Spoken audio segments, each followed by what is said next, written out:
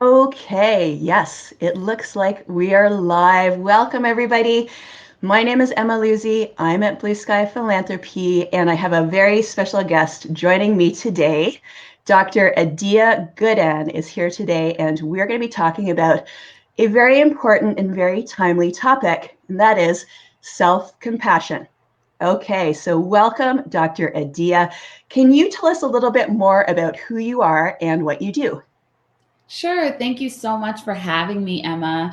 So I'm a licensed clinical psychologist and I do therapy with individuals and couples, and I've done therapy with groups in the past. That I spend a good amount of time working with clients around issues of depression and anxiety, and self-compassion is something we actually talk about a lot, and I support and encourage my clients to practice a lot because it's so helpful.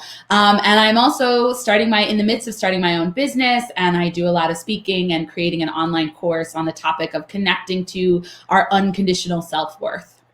Oh, that sounds amazing. So I would love you to tell us a little bit more because I think not everyone's familiar with the term self-compassion. So can you talk about exactly what do we mean when we say self-compassion? Yeah, it's a good question. So self-compassion is really about how we relate to ourselves, right? Mhm, Really often we have sort of a critical, harsh relationship with ourselves. We make a mistake, we put ourselves down, we mhm, have a lot of self-doubt, we hold ourselves back, we feel like we can't do it. And that sort of narrative of you can't do it or you made a mistake or how could you do that, whatever, sort of is constantly going through mhm, our heads. And that mhm, really holds us back and leaves us not feeling very good. In mhm, contrast, when we're kind and compassionate to ourselves, we acknowledge our feelings instead of judging or suppressing them. We remember that what we're experiencing is human, right? That there mhm, doesn't mean there's something wrong with us if we experience a mistake or we're sad or disappointed or angry. It's human. And then mhm, we offer ourselves kindness and comfort. So often when we're down because we've experienced a failure or a mistake, we respond with judgment. And self-compassion instead says, no, comfort yourself. Tell yourself it's okay. Give yourself some encouragement. And that really builds resilience.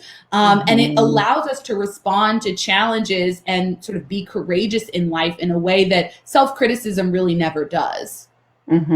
I love this. I love this. So I see folks are still joining us. I'm just going to pause and say welcome if you're just joining us.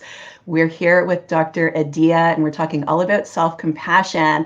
And this is an interactive conversation. So if you have any questions, I want you to go ahead, or comments, go ahead and drop them below. If you're just catching up on the replay, you can use the hashtag replay. But we want to hear from you. We want to hear all of your questions. And I was sharing just before we went live that I have a real personal interest in self-compassion. And I find one of my own personal struggles is that I am someone who grew up with this idea that being tough on yourself is the only way that you can grow and accomplish things, right? And I'm sure I'm not alone Mhm. in feeling that. So, I'm interested in that. Like, why is self-compassion actually a wiser approach versus being your own tough critic? Yeah, so such a good question, one that I get all of the time. I like to use a metaphor of two teachers. So, teacher one, super harsh and critical, calls out Mm-hmm. all your mistakes, tells you you're stupid, says, I don't even Mm-hmm. know why you're taking this advanced placement class because I don't think you can do it. Yeah, not surprised you got that wrong. Look, everyone, they got a C, right? Like, really mean, harsh, critical, puts you down, is like, I guess, right? Teacher one, okay? So think Mm-hmm. about, do you think you'd like that teacher? Teacher two has standards. It's like, you need to do your work. That's important. I have high expectations for you, and I'm going to encourage you. I believe that you can do it. If you make a Mm-hmm. mistake, let's talk, come after class. Let's talk about it. I really want to make sure you get and understand this. I believe you can do it. You've got to work hard. I need you to, study and make sure you understand this, but I believe you can do this. I believe you're supposed to be in this class, and I can't wait to see you grow and flourish. Which teacher would you prefer? Which teacher do you think would facilitate your growth and learning? Mm-hmm. I am guessing most people are saying, teacher 2, please. Like, I don't want teacher 1. Maybe teacher 1 would give you a chip on your shoulder for a little bit. You're like, I'm going to prove them wrong. But that's usually not very lasting, right? That's not a sustainable way to go through our, our life. And so we really want teacher 2. We want that kind, that firm, that compassionate teacher who encourages us and says, yes, I have high expectations, but I think you can meet them. I'm going to support you in the process, right? That facilitates growth and development so much better than harshness and self-criticism, which really just makes us procrastinate or overwork to exhaustion or feel like imposters and feel like we can't do it. So the self-criticism, it seems like it helps, but it usually doesn't help in the long run. It's a tough cycle to break when critical teacher 1 has been living in your head for a good part of your lifetime. So maybe you can share some practical examples for us. If anyone out there is watching and is like me and has critical teacher 1 living in their head, how can we take action to have more self-compassion and grow this skill? Yeah, it's such a good question. And I think, one of the things is to recognize that most of us come by our self-critics honestly, right? We had a teacher, we had a parent, we had a caregiver, somebody, a classmate, a colleague, a boss who was mean, and we sort of start to internalize their voice and criticize ourselves to try to protect ourselves from rejection. And so we want to just acknowledge, okay, the self-critic is sort of getting reared up, and it can be helpful to just even name that, like, oh, that's my self-critical voice, right? And to name it, to get some space, and then to recenter on, how am I feeling in this moment? Am I feeling frustrated, angry, tired, sad, disappointed? Can I just give myself a little bit of space to connect to that? There are 3 core components of self-compassion. So one is mindfulness, and that's about the tuning in and paying attention without judgment. The second is common humanity. So that's connecting to the fact that whatever we're experiencing is human, right? The disappointment, I really tried to get that new donor to give more money and it didn't work. And I'm disappointed, and maybe I feel a little bit ashamed and embarrassed, and I don't know what's going to happen. So instead of saying, well, the way you did that, and you shouldn't have worn that, instead of doing that, we say, oh my gosh, I'm so disappointed. Wow, I really thought that was going to go well, and it didn't. And I know there are other fundraisers who experience this. This is part of the process, right? And then it's the offering kindness, right? It's the saying, it's okay. Right? I'm still worthy, even though I didn't make this gift. I still offer value, and I still am good at my job, even if I didn't get this one gift. And so these sort of components are things you can come back to again and again and again. And the more you do it, the easier it gets, the easier it is to sort of tune into it. And I think it's important to think of them as practices versus like, oh, I checked the box, I'm self-compassionate now, I can forget about that. Yes, I love this. We've got a few questions coming in, so I'm going to pop over and see if we can answer any of these. Welcome if you're joining us.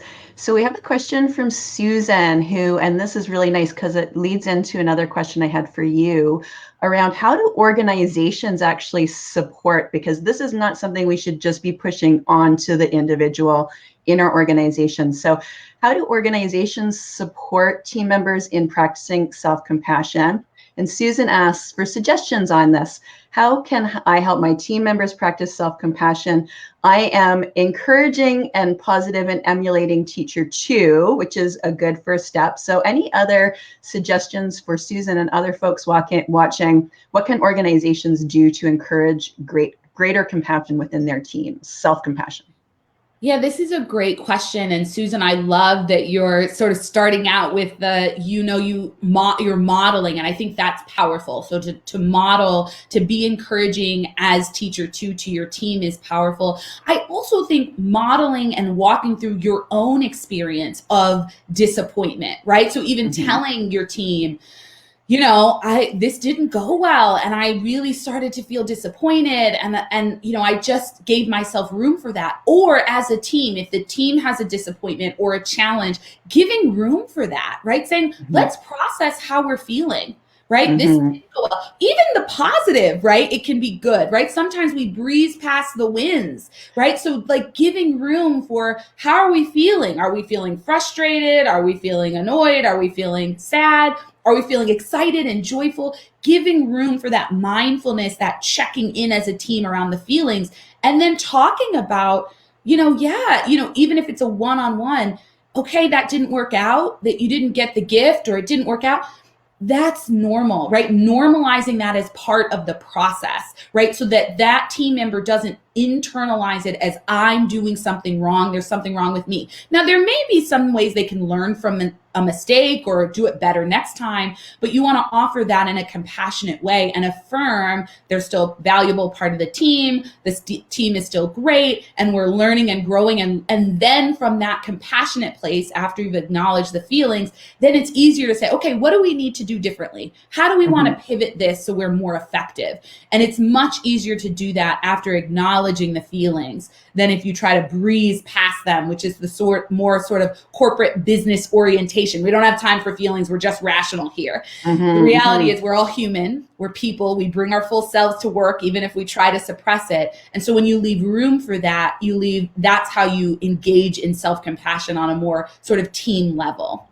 I love this. So many good ideas for leaders. And absolutely, I think we still have this problem in the nonprofit sector, often of trying to emulate the more, corporate or business environment.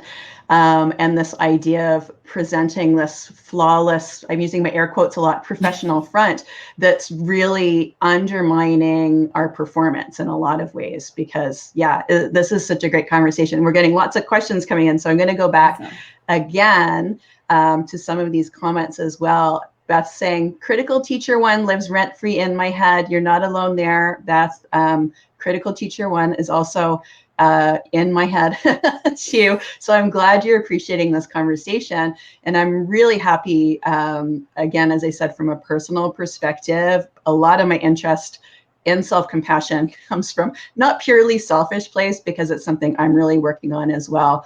Having that lifelong struggle with the really harsh inner critic, right? Which a lot of us do.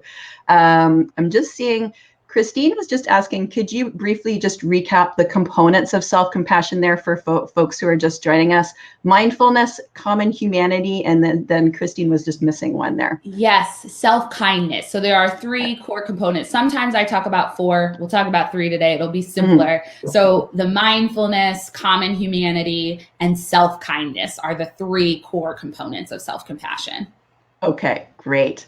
Jill is just weighing in saying, yes, sometimes being harsh with ourselves gets in the way of learning from mistakes. And I've noticed that as well.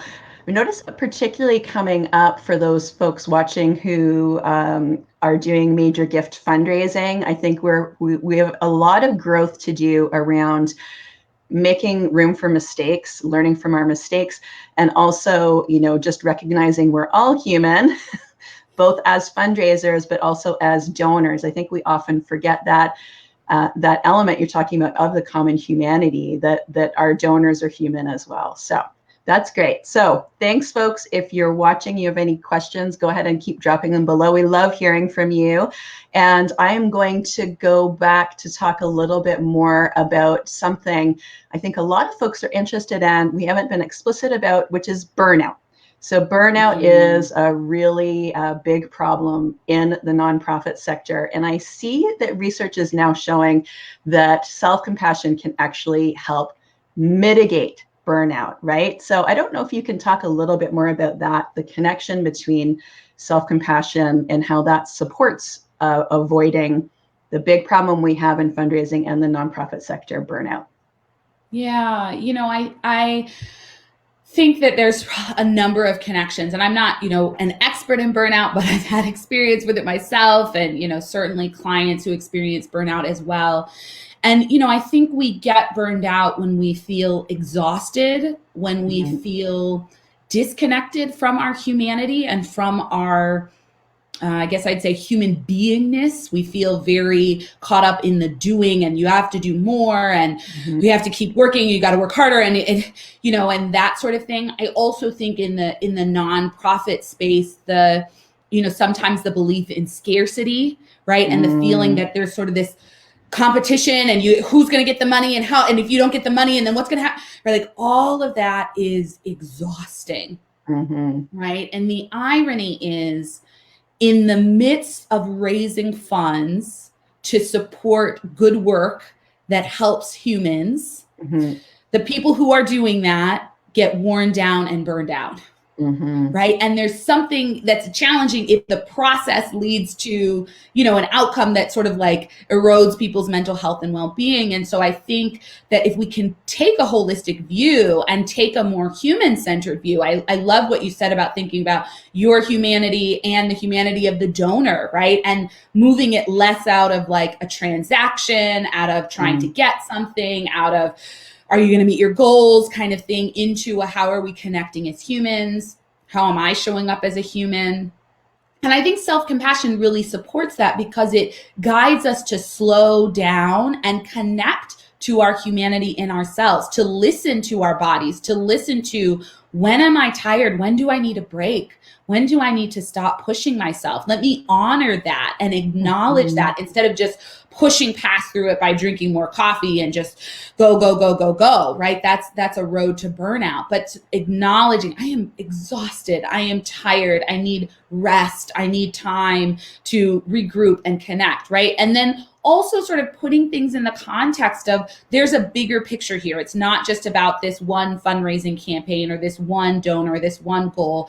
There's a bigger picture around humanity, and you're sort of doing a part of that, but not feeling you have to do all of it, right? So that humanity piece. And then, of course, the being kind to yourself along the way, right? Knowing that everything doesn't have to go perfectly for you to add value, for you to be making a difference, for you to contribute in a meaningful way. And then to just encourage yourself along that way and to remind yourself of the wins, of the successes, so you don't breeze past them. Because when we don't celebrate the wins, that also makes it more likely that we'll feel burned out in the end and exhausted. Yeah, that's a great idea for leaders. And I love what you were saying just about self-compassion can actually make you a better fundraiser. Not only is it addressing burnout, but in becoming more self-compassionate and showing up in that way and having greater self-kindness, you're actually going to have greater success.